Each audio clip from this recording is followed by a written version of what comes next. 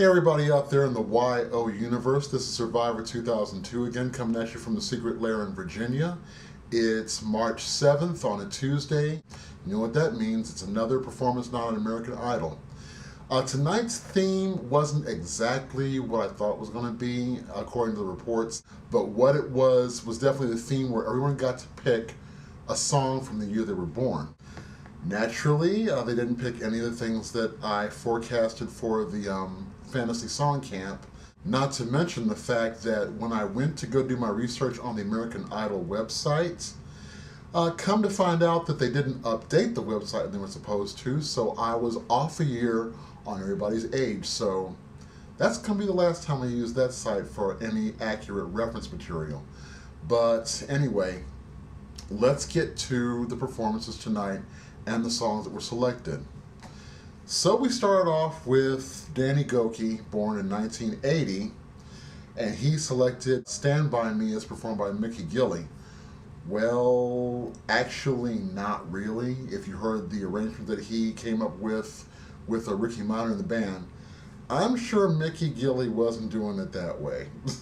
But it was kind of an Al Jarreau kind of flavor, kind of like what Elliot Yamin would have done if he had selected that song. In fact, I'm not sure he didn't do that during his season. But, yeah, it wasn't too bad. I don't think Danny is in any danger of being sent home, but I'm looking forward to seeing what he does next, because this one, for me, was just only okay. The next performer was Chris, born in 1985, so he selected Don Henley's All She Wants to Do Is Dance. In this case, I'm going to agree with what Kara and the rest of the judges said. There was really no need to change that arrangement up. I mean, it was fine the way it was. It had enough of a funk rock kind of flavor to it the way Don originally did it. Not to mention the song is definitely political, very political. And it came off more as kind of frivolous. I mean, it is American Idol, and Chris is a quarter of Don's age right now, but yeah, I think he could have picked a lot better song to do than that one. But All She Wants to Do Is Dance wasn't feeling that much either. However, Chris, I would have a tendency to put in the bottom three, but I don't think he's going to go there. Lil was next as third performer. She was born in 1984, and she selected Tina Turner's What's Love Got to Do With It? Now, formerly Lil was one of my favorites as far as front runners went. If Danny wasn't doing too hot, I was kind of counting on her to be the person to take the lead. Based on what I saw tonight, not only do I think she's a strong candidate for the bottom three, but, and this is going to be a shocker for me to say this, but if she gets sent home, I can't say that based on that performance, I'm going to be all that disappointed. It is one thing to take a well-known song by a well-known performer and to kind of butcher it and do like a really bad version of it. But when you come off trying to imitate the performer completely, especially somebody like Miss Tina, Lil, I don't know. You're going to be really lucky if you don't get sent home. Following up Lil was Anoop, born in 1986, and he picked Cyndi Lauper's True Colors. True Colors is a song that is a lot of people's favorites, my best friend's favorite, definitely my Cyndi Lauper all-time favorite, and I think he did it pretty well.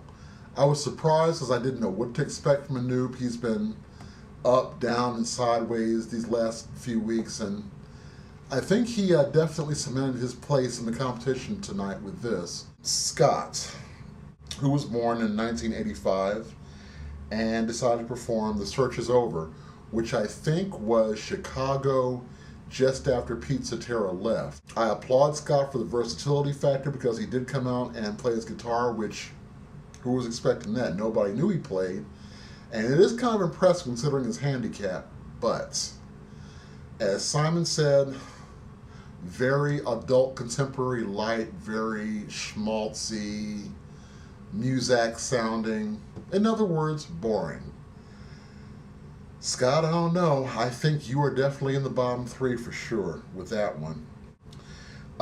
Next came Allison, and she was born in 1992, of course, is the youngest person in the competition. Having said that, it's a pretty ballsy choice for her to make when she selected I Can't Make You Love Me by Bonnie Raitt. Whoa. Anyone who's familiar with this song knows that it's a very potent, dramatic, very powerful song with a message that, gets you right here. Who has not been there? Except, of course, for Allison. She hasn't even turned 17 yet, but she sings this like she's 20, 30 years her senior. So there's a bit of uncomfortableness at that point, when you're thinking, God, she's doing this song really well. And she's 16. Should she really be singing this? I don't know. But one of the best performances of the night. I would say the second best performance of the night.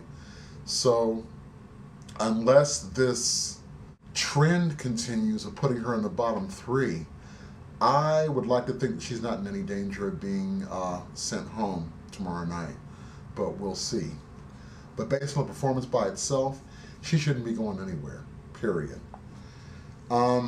Seventh performer was Matt, who was born in 1985, was Stevie Wonder's part-time lover.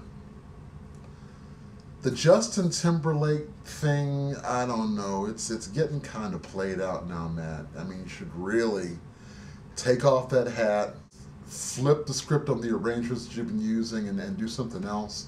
It wasn't bad, but I think you need to show some other sides of yourself, some other colors of the rainbow, as Paula would put it.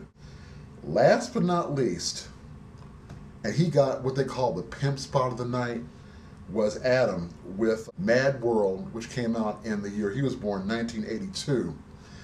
And I forget who the original performer was, but it was covered by Tears for Fears and then done again most recently by Rufus Wainwright. One of the most difficult songs for anyone to pull off, except for Adam. And of course, he did a stupendous job as always. This boy is coming off as some kind of really remarkable combination of Elvis meets Prince meets Freddie Mercury with just a dash of Katie Lang thrown in. That's the best way I can describe it. But as far as best performance of the night, you know what? Why not just throw out the script? Just give him the award right now, the way things are going. As far as the bottom three goes, I would say, without a doubt, Scott, Lil, hate to tell you this, but I'm betting you're going to be in the bottom three. I would have a tendency to lean more towards Chris as the third person in the bottom three, but I have a feeling that because of the way the trend's been going lately, it's going to be Allison. She doesn't deserve it, but it's probably going to go that way. So that was our performance night. Results tomorrow night. We'll see what happens, and until then, I'll be talking to y'all later. So take care and talk to you soon.